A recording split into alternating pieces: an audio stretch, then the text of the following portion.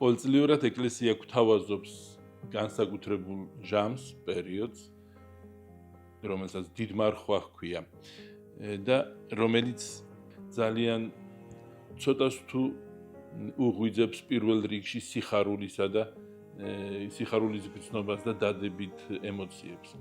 რატომ? იმიტომ რომ დიდმარხვა თავისი სიტყვიდან გამომდინარე ბევრისთვის ასოცირდება სევდის, მწუხარების, მონანიების, რუხ ფერებთან, ხო?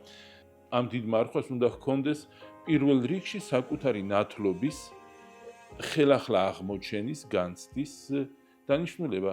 დიდმარხვის ის სამი საქმე, რომელიც განსაკუთრებულ ყურადღებას იმსახურებს ამ 40 დღის განმავლობაში და რაც, რა თქმა უნდა, არ არის მხოლოდ ამ 40 დღის საკუთრება, ეს არის ლოცვა, მარხვა და მოწყალება. სამივე არის იმ თავისუფლების ხელახლა მოპოვების თუ დაკარგული გვაქვს და თუ კი არ აქვს დაკარგული ხელახლა გაცოცხლების საშუალება, რომელიც ჩვენ გვათავისუფლებს საკუთარი თავისაგან იმისათვის, რომ ვიყოთ იმ ღმერთის მსგავსი.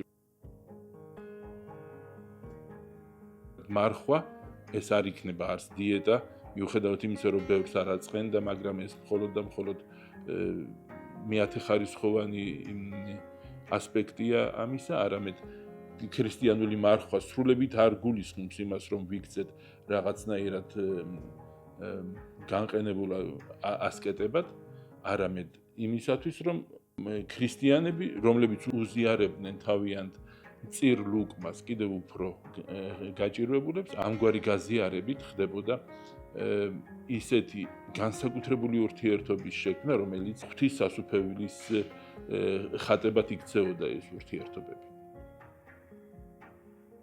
40 დღე, იმ 40 წლის გასახსენებლად, რომელიც ეგვიპტიდან გამოსვლის შემდეგ, ვიდრე აღთქმულ მიწაზე შევიდოდა რჩეული ერი, ეს 40 წელი არის იმ თავისუფლების სწავლის პერიოდი, უდაბნოში ღმერთთან ურთიერთობით, მისი ნდობის, მისი სიახლოვის გამოცდილების პერიოდია, იმ გამოცდილების შესაძენად, რომ ღმერთს შენზე მეტად ადარდებს შენი სიკეთე, შენს ცხოვრებაზე შენზე მეტად შესტკივა გული და თუ კი მისი ნდობა შეიძლება, მაშინ შეგიძლია შენ აღარაფერს აღარ დაემონო და იცხოვროთ როგორც თავისუფალმა ადამიანმა.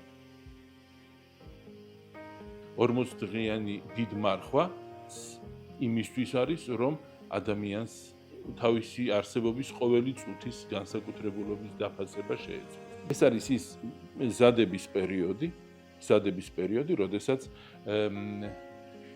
ნაცრის ოთხშაბათიდან დაწყებული ვიდრე დიდ ხუთშაბათამდე გვაძლევს საშუალებას ამ საოცარ თავგადასავალში გავეხვეთ და აღმოვაჩინოთ, რომ ჩვენი ცხოვრება გაცილებით უფრო ლამაზი და მშვენიერია, ვიდრე ჩვენი ახლომხედველი მოლოდინები პირდება ხოლმე.